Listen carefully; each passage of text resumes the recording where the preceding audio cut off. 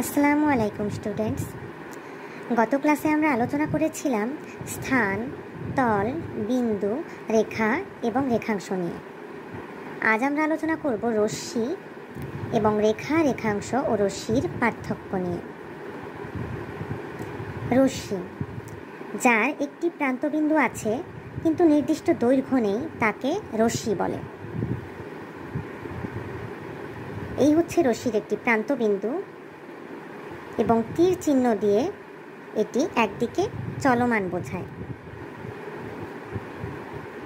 অর্থাৎ রশ্মির একটি প্রান্তবিন্দু আছে কিন্তু নির্দিষ্ট দৈর্ঘ্য নেই, এই দিকে এটি চলমান অবস্থায় আছে। রেখা, রেখাংশ এবং রশ্মির পার্থক্য। একটি রেখার নির্দিষ্ট দৈর্ঘ্য নেই, একটি রেখার প্রান্তবিন্দু নেই।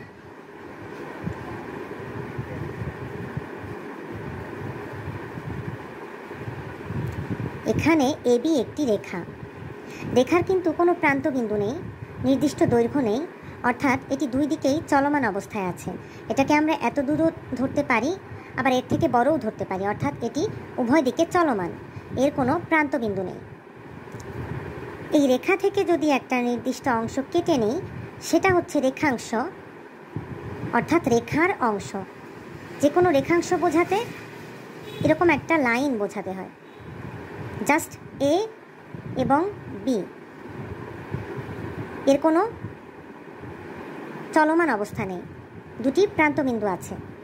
চলমান অবস্থা বোঝাতে আমরা তীর চিহ্ন ব্যবহার করি।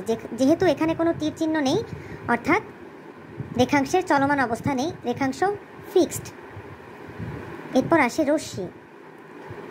একটি রশ্মির নির্দিষ্ট দৈর্ঘ্য নেই, একটু আগে আমরা যেটা পড়লাম, রশ্মির মাত্র একটি প্রান্তবিন্দু আছে, এই এ হচ্ছে রশ্মির সেই প্রান্তবিন্দু, আর বি দিকে রশ্মি চলমান অবস্থায় আছে, তাই রশ্মির নির্দিষ্ট দৈর্ঘ্য নেই। আজ আমাদের আলোচনা এতটুকুই। নেক্সট ক্লাসে আমরা রেখা, রেখাংশ, রশ্মির কিছু বৈশিষ্ট্য সম্পর্কে জানব। ধন্যবাদ।